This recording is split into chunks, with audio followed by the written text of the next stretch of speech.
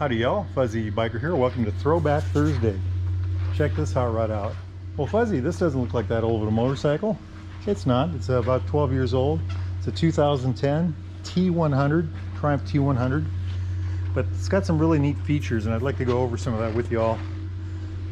First let's start with what it is. It's a 865cc parallel twin, which means it's got a 360-degree crank. The pistons move up in unison, every other one firing.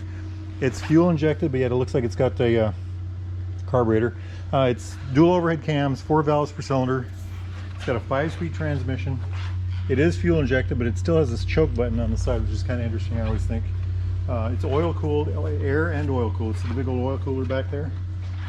Kind of a neat engine. I'm really partial to these bikes because, well, I own one for one. I own a 2012 model, but I love the way they handle. I love the way they look. And I just think they're an absolutely beautiful motorcycle. When Triumph got back into the Bonneville range, they made this particular bike to begin with, and it was actually a 790cc model, which my understanding is they wanted a 4-valve head, and that was the smallest they could get the cylinder, and still have the crank, you know, the crank displacement that they wanted, the crank throw that they wanted, and then they bumped it up a little bit to get this model.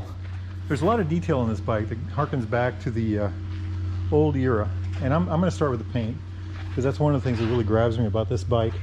And you know, it's got that British green or whatever you want to call it, but it's got this really nifty stripe, white stripe, and it's got these coach lines, which I think are hand painted.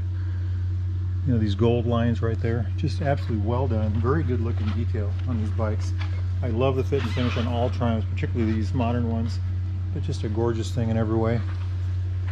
Other details about this, throwback details, you know, that's a throwback to the old paint jobs.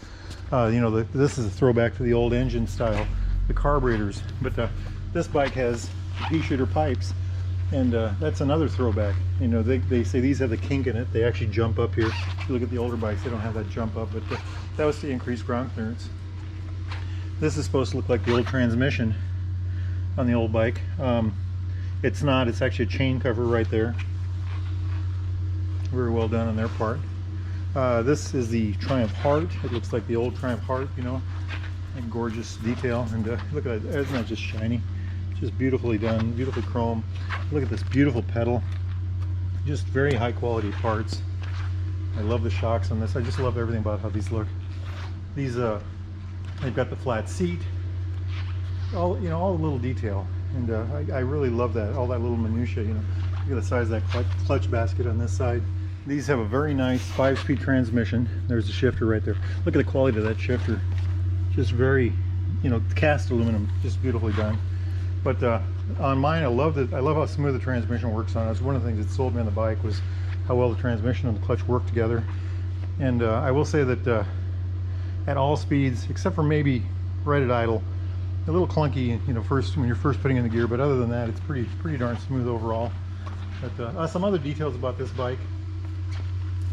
The engine puts out, I don't know, this one has a red line that's 7,000. Now I think mine has a red line that's 8,000. Now mine's supposed to have about 67 horsepower, 9.2 to 1 compression. When I did the lookup for this one, they said the same thing, 67 horsepower, but I wonder if that's accurate. Also, this is supposed to have about 50 foot-pounds of torque. That's 69 newton meters. 59-inch wheelbase, that's 1,499 inches. I'm sorry, 1,499 millimeters. 4.2 gallon gas tank, and I can vouch for that. I've got that on mine. That's about 16.7 liters. The front tire is a 19, and I think the rear tire is a 17. Of course, chain drive.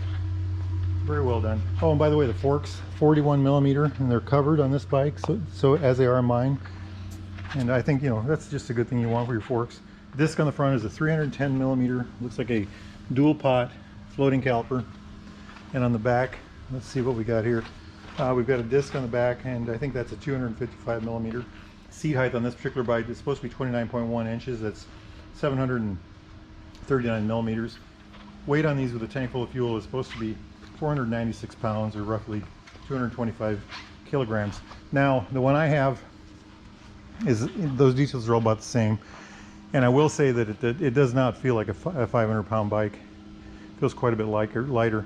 Something I also will say about these is they're a little rakish and a long wheelbase, and that makes them a little little trickier to handle at lower speeds. You know, you just got to pay a little more attention. Not terrible, but they're very nimble in that sense. They, you know, they operate very well. It's not a tweaky bike, but it's got this very good, you know, it's relatively agile. You can change, you know, position and lane pretty well.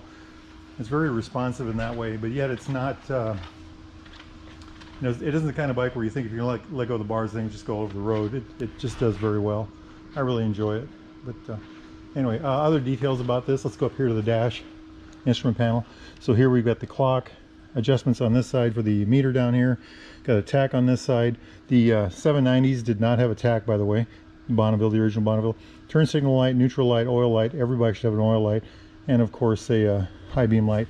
I don't know if this has a it has an engine light and a fuel light. It does not have a alternator light. That's another thing I wish all bikes had, is alternator light. But the key is up here, going over the hardware. Triumphs have great blinkers, by the way. I love them because they just, you can turn them on and off. They just work very well. Horn on this side, high lows. The clutch lever is adjustable right here. Brake lever is the same way, adjustable. And on this side we've got the start button and then the on-off button, the kill switch. I've got these mirrors on my bike, and I will tell you that they're just rock solid, and I really love them. Once you get them adjusted, they're just perfect. They work very well.